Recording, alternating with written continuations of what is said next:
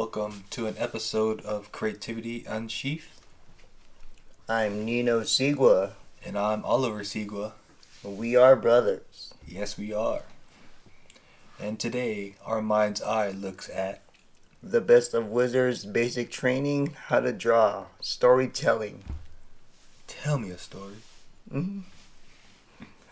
And this is, well, for us, part of the trifecta of how to draw comic books. The wizard way, maybe? Or your way. The creative way. Yes. And here, in this book, you get the introduction by the great Michael Turner, rest in peace.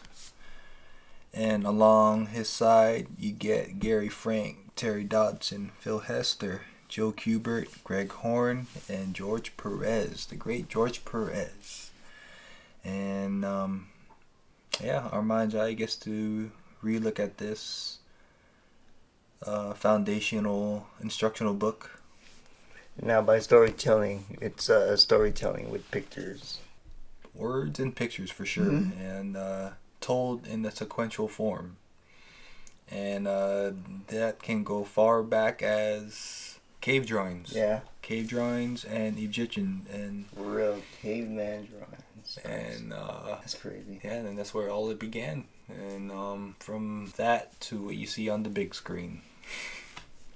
Yeah. But yeah, I don't know about you. I'm ready to get into this one. Let's do it. Michael Turner. Now, Michael Turner opens his introduction by talking about being a movie director with an unlimited budget and resources.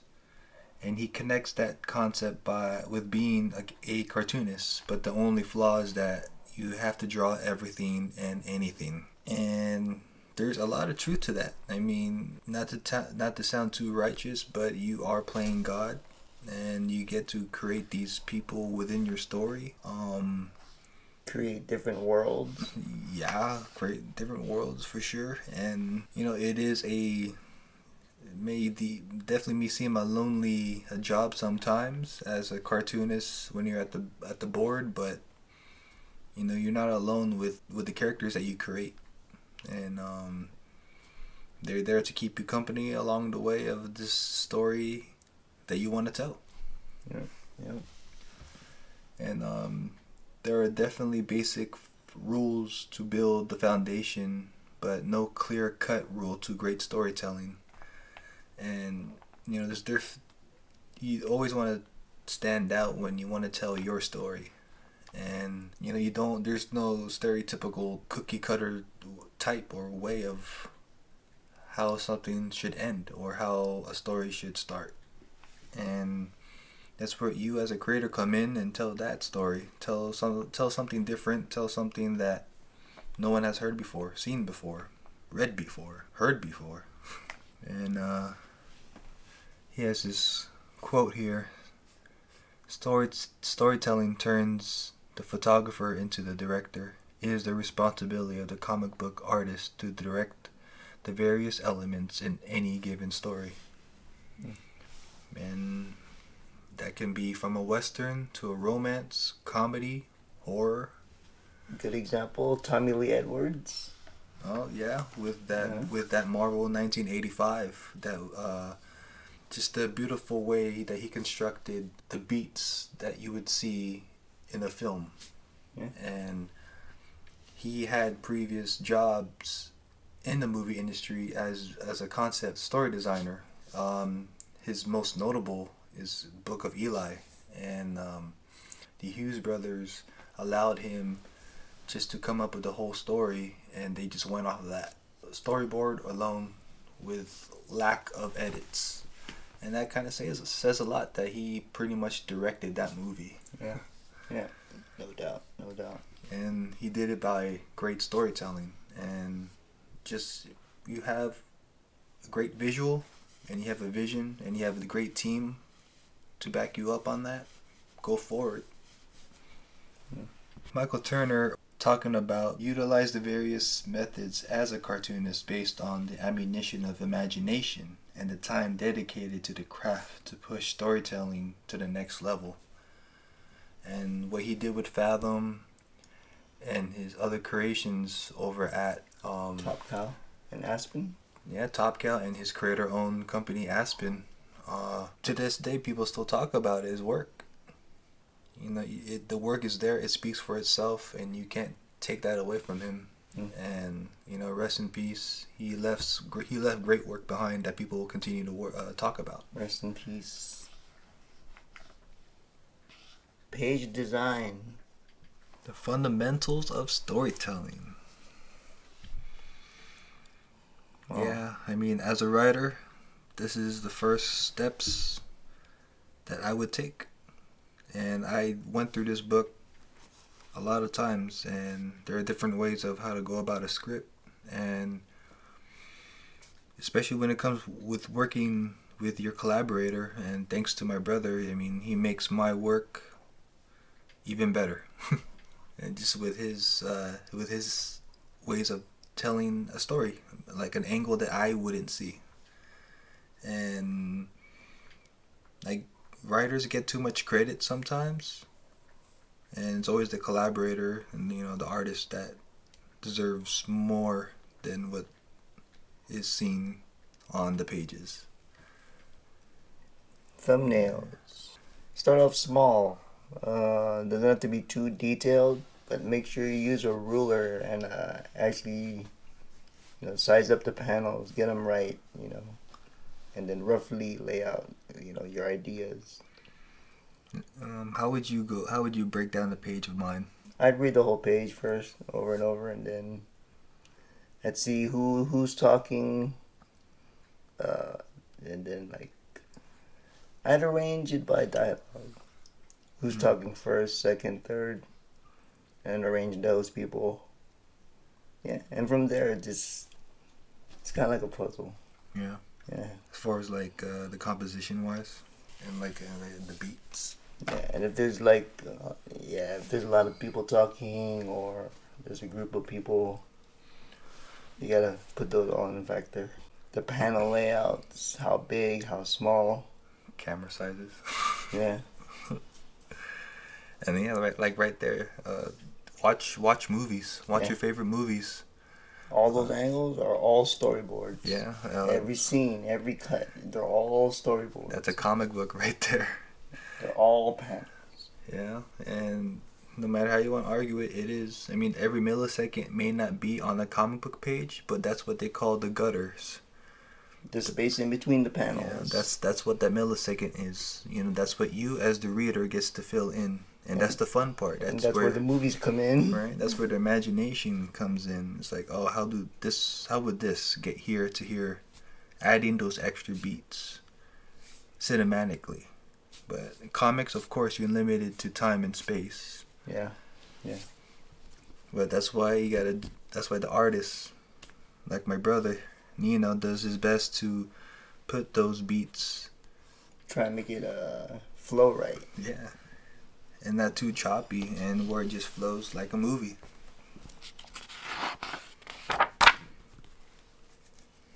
Again, we're talking about angles. Yeah, you gotta move the camera. You don't want to look too static. Page designs. Yeah. If you really like making comics, then yeah, you're gonna have to really grind it out. Use a lot of eraser, a lot of paper. The eraser will be your best friend. A lot of hours. Speaking of hours. But if you love it, man, it doesn't even matter. Right. Speaking of hours, it's about time. Panel sequence. Yeah. I had to get these right a couple times, so. You can definitely see the difference of the storytelling that you can go about. And it's within the gutters. Mm-hmm. That you're filling in with your imagination of how the ball's going to come in, how it's going to bounce off the character's head. Yeah, that's cool. Show what matters. Show what matters. Yeah. Show the key points. Don't drag the storytelling. Don't drag it down. You gotta. I think that's where the Image Boys '90s come in. Image Comics. You know, they didn't worry too much about beats. They just the action, the sexy pages, the splash pages. Yeah, couple dialogues here and there. Yeah. Let me get a pro tip. Pro tip. Pro tip by Gerhard, the creative Cerebus. You should definitely take advantage of your local library. Wherever I'm stuck for a period or style, whether it's castles, English taverns, or whatever, I just look up what I need and familiarize myself with different architectural whatnots. You can't fake it. Yeah. You know, the reader can tell, and depending on what tone and what era, you gotta look it up. Yeah. And if you want to make it real, like authentic, not authentic, but believable. Yeah. There you go. I mean, if you're gonna do a dystopian type of post-apocalyptic, you're gonna there's some things you gotta make up, but you know, I guess that's where the fun part comes in. Yeah. You know, you still gotta reference some things, but the aftermath, that's where you come in. Yeah.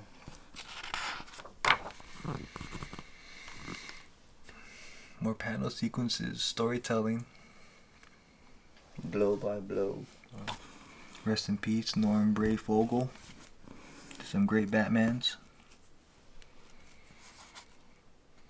Kind of look like what the Question would use, or Spirit would look like. Spirit without the domino mask. Yeah. Question with the face. Yeah, the gloves, for sure. Yeah. Yeah, see, character creation, guys. You know, it's universal, and yet... Panel sequence. You can actually show it, or not show it, and just use your imagination. Yeah. The build-up can be up to you, how you want to do that. Like here, for instance, the middle panel. You can play that out in your head. Yeah. Now, that's all based off the script. If you get the Marvel way, Stan Lee way, where you get a brief description of the sequence that's going on, then that's up to you as the artist to break all that down. Yeah. You know, that is harder, and yet that is more freedom. But, you probably going to go back and forth. Unless you're a great storyteller, you may have to go back and forth with the writer and editor a lot. Yeah, a lot of phone calls. Yeah, because sometimes there's some things that the writer looks for, but he doesn't put it, or the writer doesn't put it down on paper. Yeah. There'll be miscommunications between the teams, and that's why you gotta make sure you communicate with your collaborator. Tips.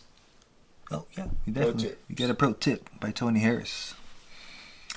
Photo finish. Every character in Ex Machina is based on someone real who I've shot with my camera. Mayor 100 lives across the street with my wife, plays Michelle's mother in flashbacks. My son plays young Michelle, and Kremlin lives 4 downs from me. When we get together to do the shoots, I give the script out to each person, and everyone's reading their dialogue to get the facial expressions emoted properly. I mean, yeah, if you need reference as an artist, I definitely know Alex Ross goes down that route when using photos for his covers.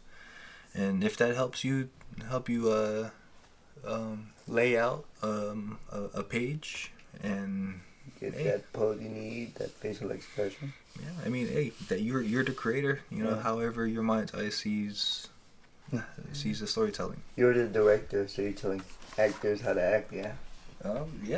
That's that's part of the process. Yeah.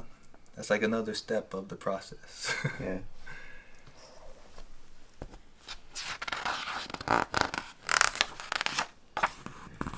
Laying it out. Yeah, the layouts. It can go different ways. Yeah. But top to bottom, left to right. Standard American comics, left to right, top to bottom. But you gotta be ready for the close-up, Mr. Spielberg. Mm-hmm. And that's where thumbnails have really come in handy when you're working a Marvel Stan Lee way. Oh yeah, shit's tough. And on deadline. Deadline for sure. I mean, there's so many angles, so many beats you can hit, and to cram everything that a writer would want on the page, that's why you got to give it up to Jack Kirby, Steve Ditko, creating Marvel. Yeah. Man, it's crazy. Camera angles that we were talking about. The 180 degree. They even use this in movies too. Oh yeah. You know, you gotta have the right background. The finished product after the layout. Yeah, right. Yeah. That. From this. To this. To this. The process. The process that takes to lay out a single page of a comic book. Now the final product looks fun, but it's a grind. It's a grind for the creators. That whole process probably a whole day. Yeah. I mean, but like Jack Kirby, like into the night. And Jack Kirby is known for cranking out 3 pages a night. 3 pages, 5 pages a day, depending, and that is nuts. That is nuts, and he was getting low pay rates. And they said like artists these days can't even do 2 or 3 a week. Man, and maybe that's probably why most of them are doing digital, using digital. And Kirby only used a number 2 pencil. Ty Conderoga's, I don't know, maybe, but it was only a number 2 pencil and an eraser. Man, that's crazy. And he created almost the whole Marvel universe with a number 2 pencil. Think about that. Take a second. With a number 2 pencil, drew $1 billion franchise. Man. With your imagination, of course. He was a gift. Getting back to panel layouts. Breaking his script down.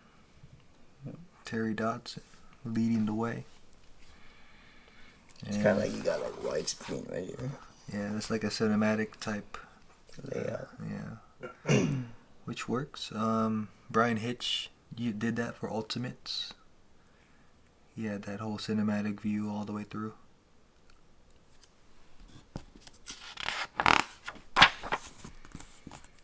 Oh yeah, see? Again, back to that roughing it out, penciling thumbnails. Using that perspective grid that we talked about in Heroic Anatomy in part 1.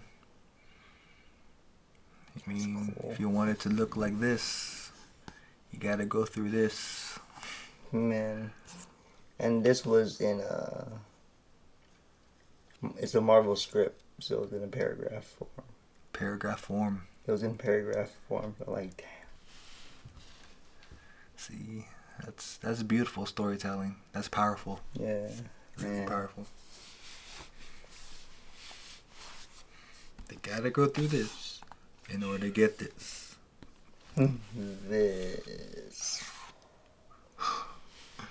It's amazing. If you love drawing, you gotta draw this. If you love drawing comic books, you gotta draw this. That's a lot of hours. Not a lot of hours. That's a lot of those. Like.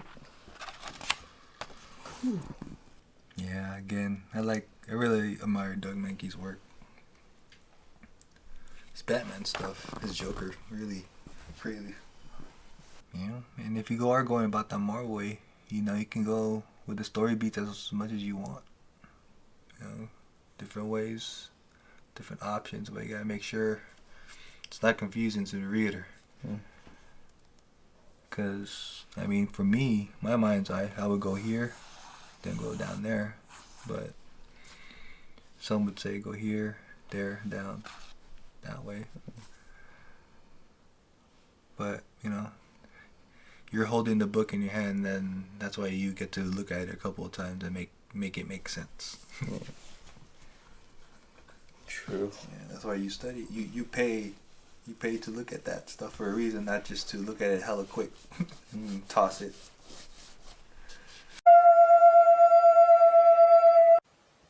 us take a moment here to let us introduce a few webcomics that my brother Oliver and I have created. Over in 60 Seconds, a martial arts anthology of short stories. Flash Night Frights, A horror anthology of short stories such as A Heart to Heart with a Capre. A Filipino mythical monster helps a guy get the woman of his dreams. A Howling Silhouette. A writer on the path of self-discovery stumbles upon the wild, unexpected change. Sucks to be you. Two crooks plan to rob their neighbor but get more than they bargained for. And The Absent. Four best friends are up against a witch who's behind a mass kidnapping of children to complete a demonic army. The Absent is the biggest 93-page story we created as a brother duo so far. It was originally meant to be a 3-issue floppy, but the probabilities are still there. For now, they're all available to you in webcomic format for free. All you're spending is more precious time. Click the links in the description below and continue to help us do what we love. Don't they have courses in college now about comic books? Yeah, where they're utilizing Scott McCloud's Understanding Comics. There you go. Yeah. He goes in a deep philosophic way of explaining comics that complements this book.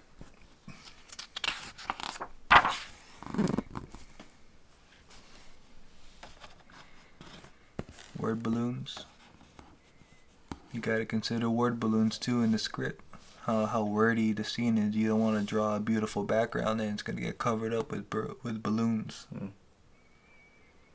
And So I try not to draw too much. And that puts me in check as a writer as well. Not to be to keep the story in flow. Not to stay in scene too long. And not to overtake the page with a lot of words. It's about pictures too. It's a balance of both pictures and words.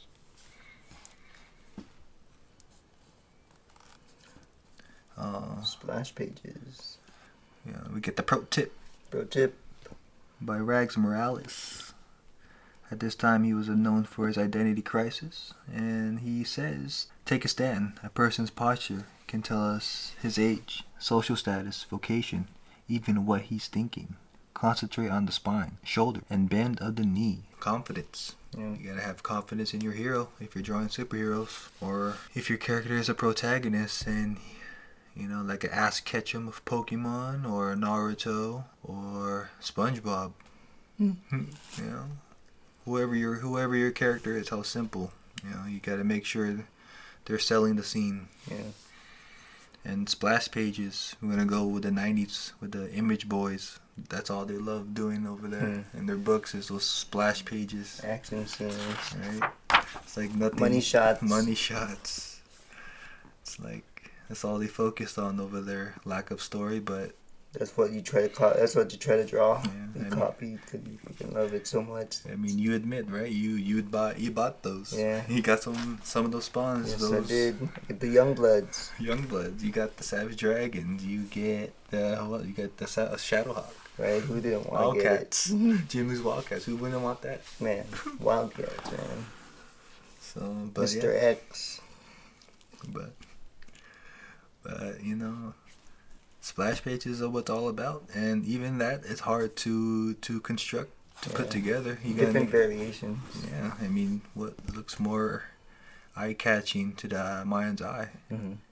What makes you want to grab that comic? It's all about good composition. This could be a cover alone. Would you? I mean, they all work. Mm-hmm. They all work. But It looks like a Michael the Turner. best impact. Yeah. What you're trying to go for. Yeah, both of these work for me. I take those either way. When you break it down, it's easy. And the stick figure, right? The Yeah. flow of motion. Yeah. Flow of motion here too. Yep. Even leading up to Daredevil, you get that impact, the flow of word or he's gonna strike. Mm-hmm. Beautifully constructed. It's powerful. Coming from the Hulk, no pun intended. And you get that bad boy. It's cool. That's pretty bad. That's badass. This is by Jim Calafiore. I only recognize him for his Deadpool, but I mean, if he's done a lot of Hulk stuff, I gotta hunt it down because that's pretty powerful stuff. To complement splash pages, maximize it. You know, utilize it in the storytelling. You know, have it be on that turn page surprise. You know, And it's on the even number 2. you want to do splash pages for no reason. Even it could be a small panel. You know, you still want to have the element of surprise for the reader. Good for horror. Oh yeah, Good horror. for horror comics. Definitely. Horror stories. Who's great at that is Robert Kirkman with his Walking Dead. It's really fast paced, but that turn pages he really executes on that. And the TV show doesn't compete. In my opinion, it doesn't compete. Evolution of a page, much like the layout. See, I'm a fan of mudding up your page when you're smudging it. Yeah, it's like you got another tone to it. You can't get that with digital. Nope. There's something to that feeling when you smudge your page in pencils. It does give it a nice look to it. Yeah, right. Especially when you finish and like. I don't like using blue sometimes. Again, you're going from the thumbnail to the finish and see a turn page surprise. Oh, see. On an even number again. The storytelling is there, folks. That's example number 2. You know, you want to make sure that you're gonna tell the story in that surprising turn page style. Pro tip. You get the pro tip by Ethan Van Sciver, and he goes, "Smile. Drawing characters with realistic smiles on their faces really seems to attract readers' attention. Fans are so used to seeing bleak, harsh grimaces and scowls that looking at, say, Wonder Woman smiling back at them is effective somehow. Comics needn't always be so negative. Positive images, because of their rarity in this medium, seem to sell better right now." I don't know if you want to blame Batman for making DC be so dark. But yeah, I mean, it's all about a balance. I mean, if you know what you're buying, why not? But you know, you gotta have a balance. When you're drawing, you gotta find those happy moments as well. But you know, you gotta follow what the script requires. What'd you say his chest a little low? His chest? Should be like a little bit more. No, unless he really pumped it. Before you take the picture. Couple pumps. Alright, now take the picture. Come on, draw me now. Come on, draw it. You can hold it. Couple pumps. Now again, if you don't mind your pages smudging around or don't mind that effect, because you're going to color it anyways. You're going to ink it. So it doesn't matter.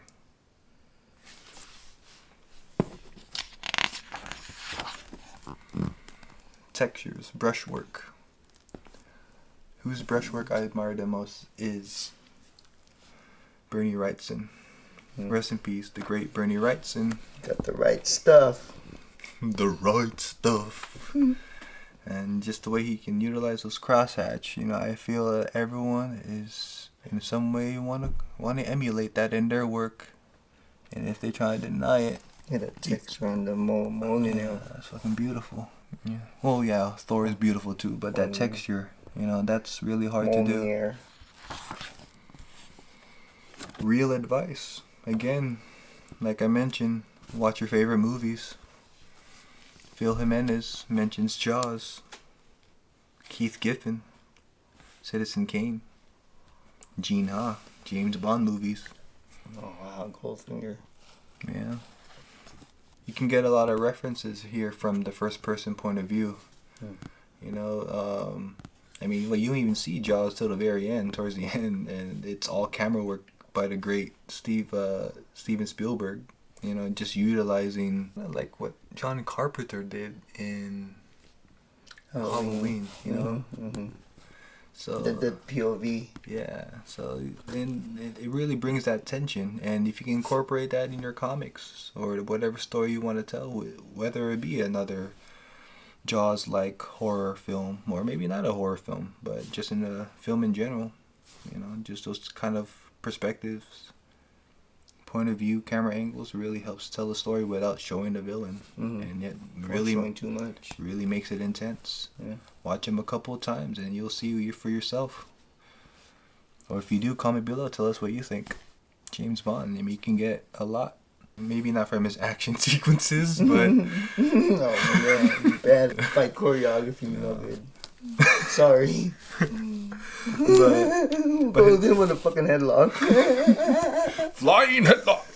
That was his first move, man. Flying headlock, and he got him. Like perfectly. Oh, get in there. Yes. Like he wanted it. Like, what the fuck? Like, I'm gonna get in there. I wanna help you. Yeah. Did he just throw a fucking headlock? I'm 007. Fuck. 00 headlock. Pacing a scene. Scene of pace. Critical. And you really gotta check yourself as the storyteller. Whether you're writing and drawing, you gotta make sure that whatever you're doing, a dramatic build up. And you really gotta sell that. And maybe this would work as a poster or a cover, but not a single page, not a splash. No, not effective at all. But if you build it up here, you know, it really brings out what the Hulk is about to do. And you know him, the angrier he gets, the stronger he gets. And These are like different build-up. yeah, right? It's pretty cool. Yeah, I really gotta find this Hulk stuff. Oh yeah, he does different kind of build-ups. And it's different styles of build-ups, and I've seen this kind of build-ups as well in different stories, and it's effective. I mean, what you see you see the villains. This right? would be equivalent to like Edgar Wright type. Oh yeah. Edgar Wright type direction. Those jump cuts. Bruce Lee direction. The montage type like jump cuts. Oh yeah, that's a good point. Yeah. It's like that kind of directing. Edgar Wright type. It's like what he did in Scott Pilgrim movie. Yeah. Exactly. So it's really underrated. Yeah. It deserves more props.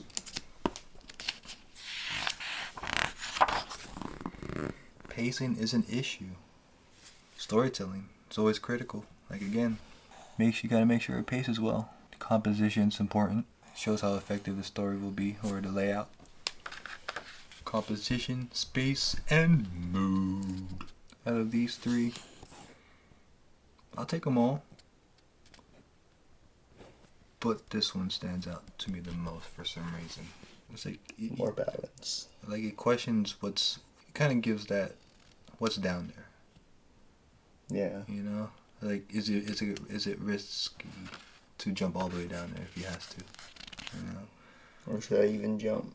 And this is like, okay, you need to show where he is. Like, give me a background, give me a cityscape, jungle, wherever. You know, it's like a missile is coming right at him or something. Yeah. You know, I still take it, but you gotta give me something. Same thing for here. You gotta give me something like to add. But this alone, it's good enough. Yeah. Like adds question, story, like what's down there that he's looking at. Mm-hmm. You know. And then maybe can cut to a scene where it shows looking down at some sort of facility that he has to get into. Mm-hmm. And then have the camera be down there, looking up at him.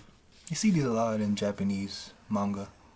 Oh yeah, like they draw a lot. They really go in. Sell the movement. Yeah, I think that's what's pretty cool with manga too. In the manga, because they really take their time in their art and the work. I mean, granted, they have a team. Contributes to each section and stuff. Yeah. But drawing lying down is hard. Not hard, but it's hard to sell it. It's like, Without looking too flat. yeah, no, it's like putting the shadows where they need to be to make it look like you're on the floor. Mm. No, that tension. This one's good. It looks like a movie. And again, it can go many ways. And how you want to build up this tension, Mm-hmm. right? How's Daredevil gonna save his homeboy? Will it be too late? How you gonna build up to that? That's always important. And there's a lot of movies that shows that. If you want to watch Hard to Kill. Oh yeah, Hard to Kill. Commando.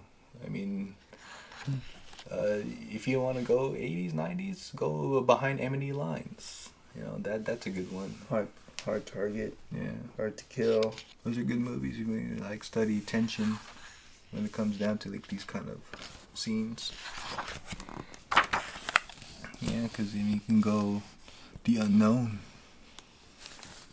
And that's pretty cool. I'll take this one right here. Yeah, that's a good one too. You know, simple yet effective, but it's just the more design. movie like, definitely more movie. Yeah, I really like the design, the layout. It's pretty. As an editor, I take it. It's enough for me, because you want to leave enough for the reader. Gary Frank. Pro tip: hidden meaning. We get by the great Steve Lieber. Did some whiteout. When I did the first whiteout series, I noticed that there were times when main character Carrie Strecker was very, very emotionally repressed. I realized that there were a few scenes where there was intense emotion, and I found that I could incorporate an abstract pattern into every one of those scenes. Sort of the way they use color in The Sixth Sense. When I wanted to tag that emotions were really intense, I would work a pattern into the background in some way. It was like a chain-linked fence pattern of crossed X's. And I found different places where I could incorporate that. And textures is part of storytelling. Marvel's 1985. You get to see the storytelling that Tommy Lee Edwards incorporated when the main character was time jumping or going into different realities. And you see the brushwork in his in his world, and when you went to Marvel world or the Marvel reality, it had that open line, animated, cartoony, less detailed, open line work. So it was part of that storytelling, not just for the sake of style. And you know, I mean, if you are all about style, incorporate it in the story. You know, just like where you have the time jump and it's a different world, based off that style. Get a pro tip by Doug Mankey. Working with writers. I always read through the entire script. You've got to look at what's ahead. You've got to get a feel for just how much work you need to do by looking at the writer's style. Look at the panel count. What can I expect out of this script? Even if a writer has something that's particularly challenging, I'll still spend a great deal of time trying to get it to say what the writer seems to have in mind. The biggest conflict I have with writers is when they try to tell too much in too little of space. You might have to add a panel or leave out an element just because too cumbersome. But hey, writers have big ideas, and sometimes they don't have nearly enough panels to say it. As a writer myself, I admit that I have to take out a panel or two. I mean, if it hurts the beat of a story, then I would have to find a way to reconstruct it to be an effective storytelling sequence. And trust that, you know, my brother Nino would execute on the pages and foresee that it comes to light. And if he adds a panel, he will tell me ahead of time. And if it clicks and if it makes sense that in a way that I never seen it, I'm all for it. And that's the power of collaboration and foreseeing an awesome project come to light and for the whole world to see. I mean, without Bart Sears, we wouldn't get this book. And without Bart Sears and Wizard collaborating, we wouldn't get this book. I mean, for us to teach us continuing young cartoonists to grow, I mean, we wouldn't find this book. So, Collaboration is always key. Make sure you're working with the right people. Mm-hmm. Look at the use of blacks. Pretty cool. Really sets the mood of what's gonna happen. Yeah, total noir. Black and white, best. Yeah. Tension and pacing. Referencing that Jaws movie. Halloween. If you need that tension and pacing, watch those and incorporate it in a comic book. Foreshadowing. There's a foreshadow moment. I would say Back to the Future in the very beginning. I think there was when they're panning through the clocks of Doc Brown's. Mm-hmm. And then you see a guy right? and then you see a guy hanging there from a clock tower. Oh yeah. It foreshadows the end, and that's part of the storytelling of what you can do. Let's see if the audience can find that tip. Bodily lingo, threat and conflict.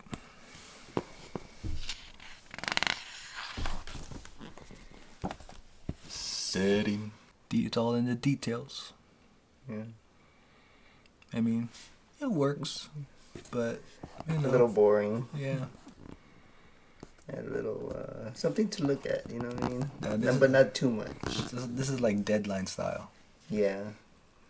You know, if you have to finish 3-4 pages in like 2 days, and this is all you can come out with, man, I don't think the editors will be too hard on you. If you're ahead of time, have fun. Yeah. And some stuff. This is if you're like indie and you have all the time in the world. Oh yeah, for real. Of course you Like Jeff Darrow. Holy shit. Oh man, Jeff Darrow. That guy. Probably like one like it's like for fun for him. Go grab a couple of issues. You get lost on one page. Yeah, Shaolin Cowboy. Oh, just look at that. It's good stuff. A lot of stuff to look at. A lot of stuff to look. I think which one's effective for you? I think these two work. This is like a poster or on a Marvel card. Oh yeah. You know. Valentine's card.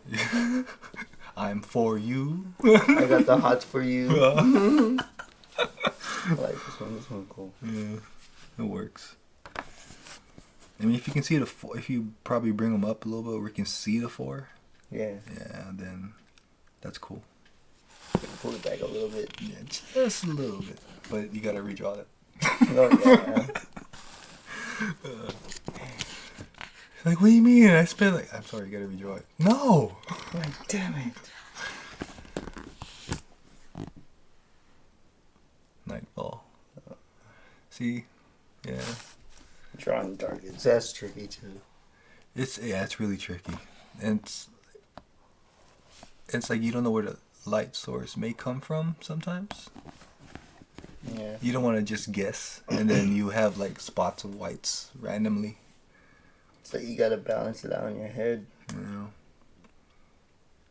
Yeah, I think what's really good to study off of is Frank Miller's Sin City. Oh yeah. Yeah, and maybe, of course, Bernie Wrightson. Yeah. Yeah. Some Akira's. Bernie Wrightson #1 for sure for me. I can't perfect that. You get a bro tip by Mark Bagley. Let's talk about Body Beautiful. If you're looking for a muscle reference for the male superhero figure, instead of men, go to the women. What? And not the bodybuilding women. The finesse workout women. Makes sense. They're really buff and toned, but not so exaggerated that they look clunky. Oh, you know that. Yeah. Yeah. I mean, Give me that gymnast. yeah. I mean, if you're gonna draw like Daredevil, Nightwing. Robin. I mean, they're Flash. all. Mm-hmm. Makes sense. Thank you, Mark Bagley. Maybe that's why his Ultimate Spider-Man looks like that. Settings at work. How art very, very bright, saith the what? Oh, nice. No, yeah, setting does really set the tone of the story. You know, this looks more high-end, rich, like Nothing's gonna happen to me. But you're more busy, Mm-hmm. kind of dirty. Like, oh, I gotta watch my back. Gotta keep my eye out. But even here, always be aware. There's something in the fire hydrant. It's Whoa. gonna come out and get the dog. Right? See, the setting really gives that storytelling element of what's gonna happen in this scene. I'm drawing the thing. Though. Man, no, seriously, it's like, oh, that's so tedious. It's like drawing Killer Croc. That is so tedious. And Kirby drew a lot of things. Yeah. Oh man. Backgrounds, importante. Hmm. You know, just like their previous page, you know, that setting, you gotta set that mood. And we got a pro tip by Greg Horn, movie buff. Since I can't watch TV while I'm painting, I like to play a movie I've already seen and just simply listen to it as I work. I've listened to Jaws about 200 times. Nice. Cross-reference to Phil Jimenez referencing Jaws. So there's something about Jaws that we need to be looking at as storytellers. Mm-hmm. You know, maybe there is something in that in the frame within the frame that Steven Spielberg really utilized as a young director. And that got lucky. Not lucky, he was prepared what to do. He was prepared what to do with that camera. And came out with a blockbuster hit. The people loved it. Right? And this is the perfect setting for the Hulk. Not! Maybe if he just got teleported there, then he can be a bull in the... What? A bull in a vase store or something? Bull and some shit. Bull and some shit.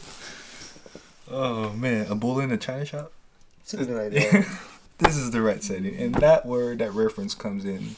And that's based off your preference, off that reference, and how you want to go about it. And where you want to connect with the different references. And if you need to draw what a car looks like, get an automotive magazine. I mean, Oh yeah, you definitely. Want to fake that? Buy a toy. You want to fake that shit. Yeah, buy a toy. And that's where those Hot Wheels come in. And you can get to look at what does 3D. What does a Hot Wheel look like in 3/4 perspective? You know, you can't eyeball it. You can't just guess. If you are Jack Kirby, then I will believe you. But you're not. Can't guess. Can't guess. Man, again, how powerful work is Phil Jimenez. And just that simplicity of just those where you want to put the composition lines, and then just you get that beautiful work. Yeah, I've seen you draw trees, and your trees look pretty cool. It's up there. It's up there. Even though it's organic, it's like you still gotta draw a balance to it. But you just gotta believe. I do believe. Just gotta believe. Yeah, you gotta reference if you want to draw the Old West. Man, can you imagine living in the Old West? What it smells like. Bod Jorhad, Background details. creator of Cerebus. Man. And yeah, I mean, this guy, he was drawing, Drafting class. you know, oh man, that's crazy. Drafting class. I mean, he was drawing like magical fantasy, medieval things, and you definitely gotta look up a lot of references. And if you gotta watch, Highlander. if you can There can be only one. if you watch that a couple of times if you need reference on what medieval times look like. Some Braveheart. Whatever reference you need for whatever story you're trying to tell. Look it up. Don't make it up. Too Pink. solid, yeah. Pink Bucket Bill. Pink bucket. Apple. Mm. He featured in Spawn. Definitely got that one. Group shots. Yeah, How this to lay guy. them out. The great George Perez is masterful at group shots. Comment below. But this guy's masterful. I mean, how to separate each hero without mixing up the color, without mixing up the sizes. Really tough to do, really to construct. I mean, let alone the page design, but you got 10, 20 plus heroes That's a lot. The list is right here. Yeah, and you gotta consider can't mix up the blacks costumes up together. Oh, yeah. You gotta make sure you gotta break that up with the whites. Separate it. Right? No tangent lines. It's really tough. That's where you have to break the illusion. Yeah, you gotta be a master at this. Practice makes progress. Yeah. Damn. And this is what you guys get. From thought to thumbnail to the final beautiful piece you see right there. That's a lot. Say what you want. I wonder how long it took. You gonna Say say the 2 days? I'm gonna go with 3. I would hate to be the colorist. You might have to do it all. Fuck. Group dynamic. Page flow. It matters when you want to do those build-ups and you want to have those cavalry charges, those iconic scenes. You gotta orchestrate them. Page flow. Go with the flow. Shadows. It's that shadow play. It's that noir. Time for a little noir. We got a pro tip by Tony Harris. Hands up. It took me years to get to the point where I could draw hands believably. I got past it by forcing myself to draw them more frequently, concentrating on hands visually within the story I was drawing. But now, I've got a problem with feet. Oh, man. Every artist still has to grow in every stage of drawing. Yeah, and every area. You still got to learn. I Yeah. mean, you got Tony Harris admitting he still has to learn. I still have trouble spotting my blacks. I really got to focus on where the light source would have to come from. You get a pro tip by Joe Quesada. Cover story. I generally try to keep the action on my covers moving left to right. That's how most people read, and the eye is trained to move in that direction. And if you're great at spotting the blacks and telling that story within a beautiful compositional way, and you've done your job of reeling in your fans. Silhouette. Powerful silhouettes. Like we mentioned Eduardo Rizzo in the beginning. I mean, look how simple he goes out by breaking down the page and he just finishes it. Yeah, with just blacks. And he considers it a lifesaver, and you know, it kind of makes sense how Frank Miller approached Sin City. Yeah. You know. Makes sense. Right, but the powerful story of noir is there, you know, and look how powerful that came to be. It's a really good trick to use. Yeah. Especially when you're hitting certain angles with the camera. And when you have deadline, oh man, maybe this can be a lifesaver for sure. Yeah. Now we get a pro tip by Mark Bagley. Ego tripping. Put your ego in check. Try to be realistic about yourself. You're not as good as you think you are, but nobody ever is. I've been in the business for 20 years, and I still have things to learn. And he put his ego to the side, or he killed his ego, and he admitted himself. I mean, what is there still not to learn? And I still have trouble spotting my blacks.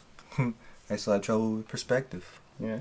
You know, I still got trouble drawing hair, but I can probably compose a nice layout. But from there, I get frustrated with myself. But you know, that's part of drawing. Yeah. You know? Process. Yeah. You know, that's why you always got to study up on your favorite stories, your favorite artists, and how they break down the page. Draw every day. Yeah, and like how the Wizard mentions, you know, Watchmen, Batman Year One. Those are masterful storytelling books. Yeah. And you can study those front to back. Yeah. Back to Daredevil, front. Born Again. Yeah. Those are great books to study off of when it comes down to storytelling. And utilizing negative space, still powerful. It's Bruno Mars.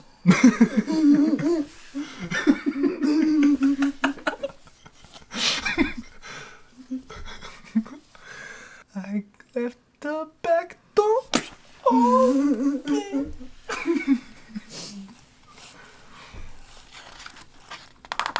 I love you, Bruno.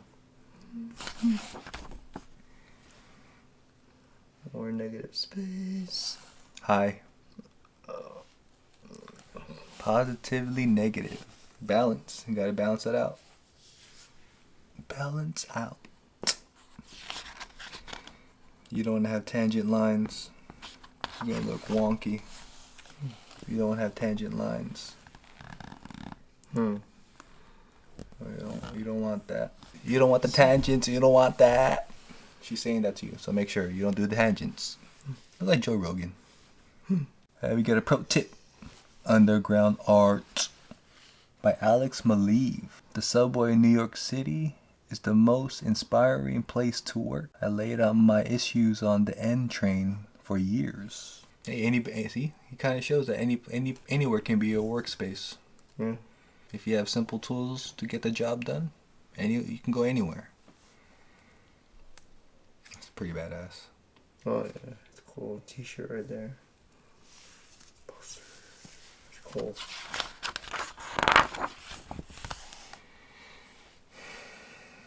This doesn't work for me. I can't take realistic work. Yeah, I'm good. I'll take them on cards. I'm those masterpieces. Flair, but I don't know. I can't take it in comics. Sound effects. So these are cool. Hand lettered effects. These are pretty cool. It's a cool band name right there. Fever Dream. Whoever watched this needs a band name. Fever Dream. Or Boom Doom. Or Sound Doom. Sound Doom. Or that Doom sound.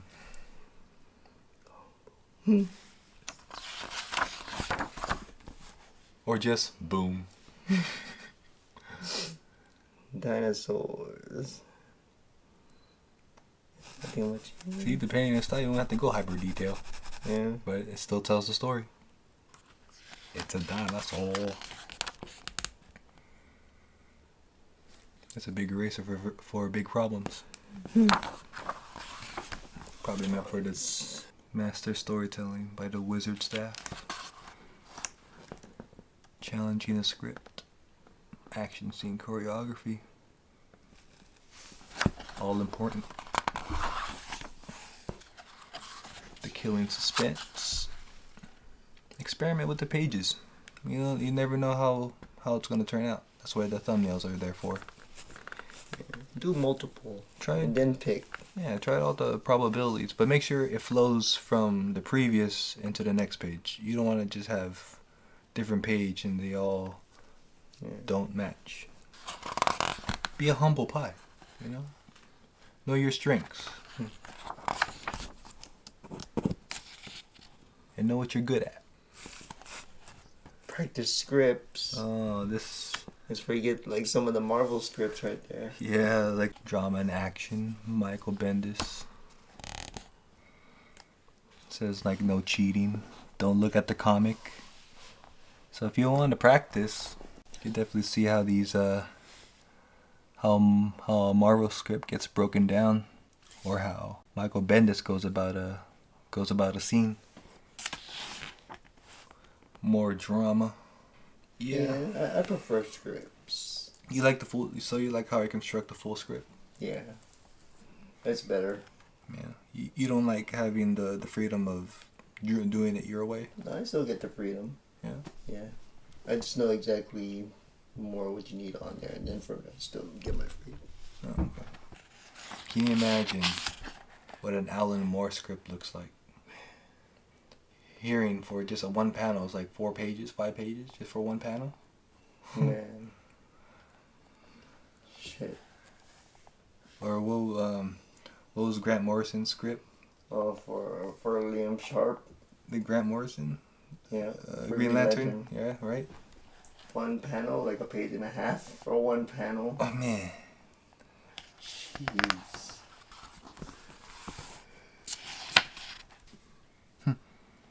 David Finch has a comment here. I didn't know what to do with this at all, really. Sometimes Bendis asks for so much. Yeah. Yeah. Yeah, see, that's why as a writer, I always gotta make sure that I keep myself in check. I draw my own stuff too, and I gotta make sure it makes sense as I break it down, you know? Robert Kirkman, Ryan Otley, breaking down the Invincible script. Bendis and Finch, what did they work together? It's just all straight up action. Don't really need much. Maybe brief description, but just let the fist and blood fly. Let the action speak for itself. I mean, look at this sequence. A panel, they get like 20 panels. This is all punches and blows, Nice. elbow strikes, whatnot. More blood. Bloodier and bloodier you want to get. You guys want to work for the top 2, try these first. Yeah, these are good practice scripts. Pause this right now and try to break down one page. Get some. You gotta learn how to do flashbacks, and see that's where you can incorporate different styles. You know, a flashback you can be more open line. You can be gritty, dirty, depending on the tone of the flashback. And Brubaker is known for that Marvel Winter Soldier that got turned into a feature film. So that kind of tells you a lot. He told a cinematic story. All right. It's like every time we do a project now, it's like, what comic book am I gonna draw? It's more like, what's the next movie are we gonna do? You're right about what the endless probabilities of the kind of stories we can tell. I mean, from horror, sci-fi, romance. I mean, change it up. Why not? Yeah, I mean, Jack Kirby did some romance. Yeah, so why not? But you know, again, that trifecta of how to draw comics has always been part of our journey. That guide us to this moment. We've used it, and it's helped a lot. And we still go back to it. Don't get us wrong. We still go back to it. Yeah. We just go back to it, look through it, just refresh our minds on the little things, the small details of what we can fix on. And if it's a simple move of a line, that's magic right there. We like to end this episode with a motivational quote for all our viewers out there. This one's by the great Liberace. Nobody will believe in you unless you believe in yourself.